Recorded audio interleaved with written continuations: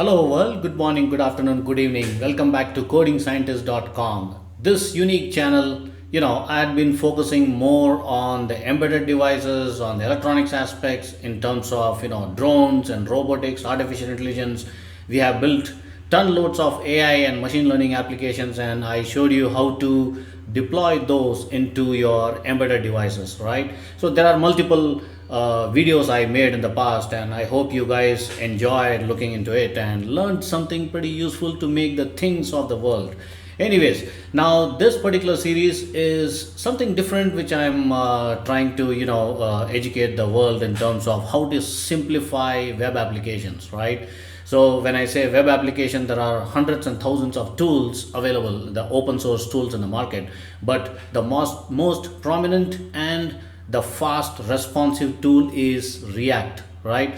So this particular session, this particular series of lessons is primarily going to be focused on React. So I'm going to talk about, there are multiple videos I'm going to build on this particular series, right? So basically, let's see what React is, right? So React JS, basically a Java based component. It's an open source JavaScript library. It's not an application, or it's not a kind of tool, you would say. It's more of a JavaScript library, and that is used for building user interfaces, UI, in a very declarative and efficient way. If you have to be more specific, it's going to be very fast and responsive website, right?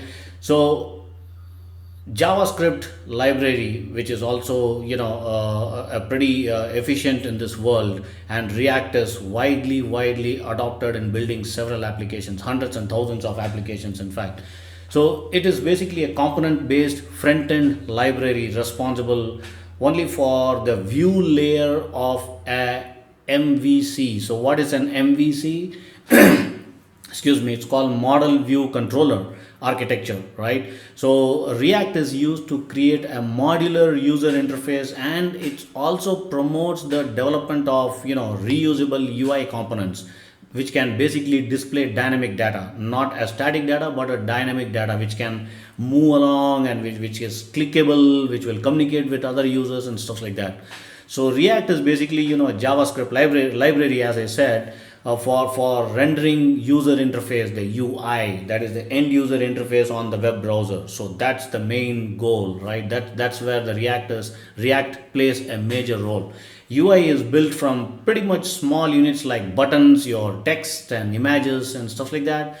However, React also lets you combine them into reusable, nestable components, which is stackable again, right? From the websites to any kind of mobile apps, or everything on the screen that can be broken down into components. So in this particular series of lessons, what I'm going to do is I'm going to make multiple videos wherein you will learn starting from basics to little bit of advanced. I would call it as a zero to hero for any web app developers who are coming into the world of web app designs and setting up their infrastructure and host their own websites based on React.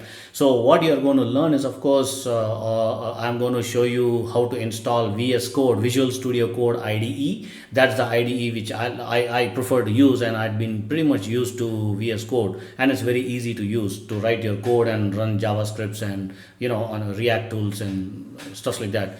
And then I will show you how to install React JS on Windows environment. I will show you how to import React folder into the VS Code so that you can start programming, writing your code. And then we will start using, I will create a video on how to use app.js file to build applications, right? And then we will move on to create and nest the components, different components on React. And then I will also show you how to add a markup and styles, different styles and colors and stuff like that, and display how that particular data can be shown on the web page, on the website, right?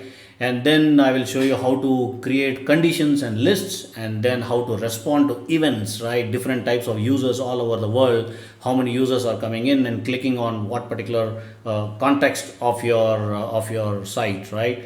And how to respond to events. That's what primarily is going to consider while updates on the screen, right? I will also show you how to share data between components from one component to another component. It can be from text to images, or from images to small video screens and stuff like that.